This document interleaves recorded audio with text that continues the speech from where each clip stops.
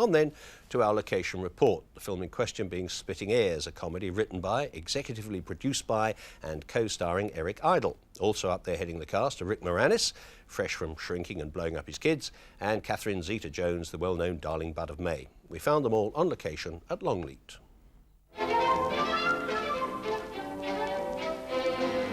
Hello, children. Hello. Here is this morning's story. I can pay you back when this postal order comes from Australia. Is your wife a goer, hey? No, what I mean. Nudge, nudge. Always look on the bright side of life. I was really into Monty Python when I was younger, well, still am. I'm a huge Monty Python fan. I'll always be a Monty Python fan. There's something you forgot, and that's to laugh and smile and dance and sing. When you're feeling in the dumps. I think the statute of limitations has run out on Monty Python. It's been 10 years since we made the film, and 20 years since we did TV together, so I don't remember anything. I think when you have writers who have worked with Monty Python, as much as they have all done, this is all of them, there are elements that come from their deep roots and beliefs that they had when they were students together and worked together. And I don't think any of them can throw it away totally. But what is interesting is that they've gone in their individual paths, they're on their own, and therefore their own individual styles come through. I play a character called Tommy Patel, who lives in Southall and has an Indian mum. It's a story of false identity and two people being brought up in different circumstances on an extreme, one living in the life of luxury and one being brought up in a tobacconist shop. I played the part of a duchess named Lucinda, who's an American. 30 years ago, she had a baby, and this baby was switched, and she left it in a nightclub. I will not tell you the story, because the one thing I object to most perniciously is that all the critics and all the publicity always tell you the story.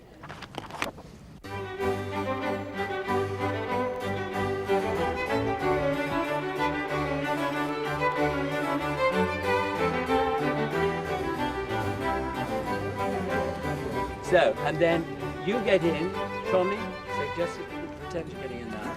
There he is, into the carriage, right, and in it goes, and you...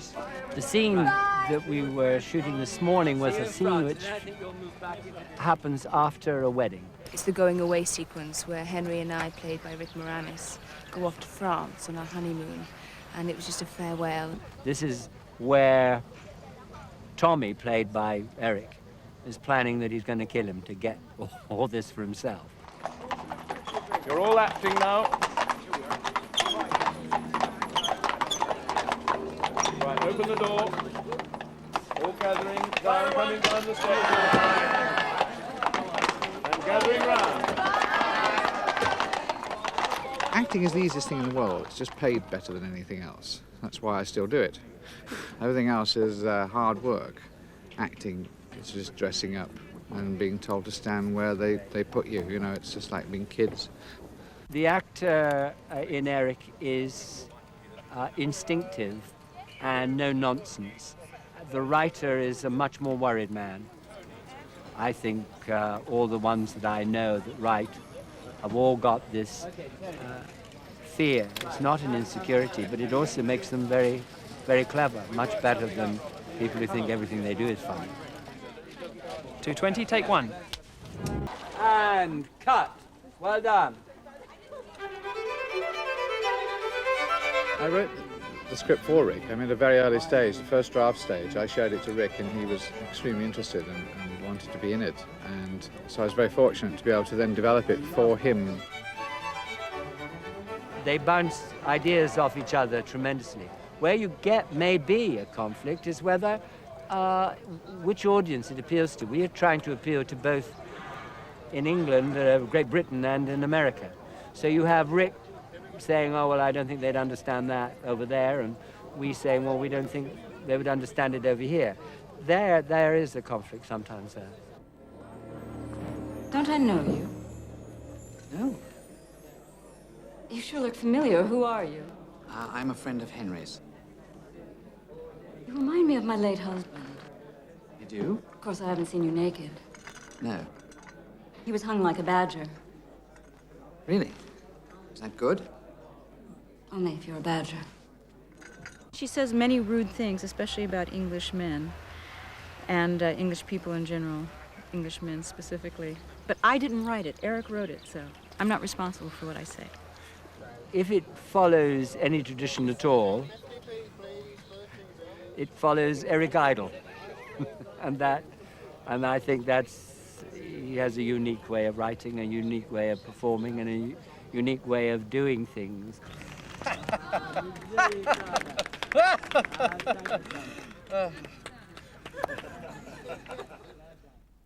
Do you know, before production of Splitting Heirs began, Eric Idle asked me to suggest a director for it. It just shows how much he values my opinion that the one he chose, Robert Young, wasn't even mentioned on my shortlist. Anyway, Splitting Heirs opens on April the 5th.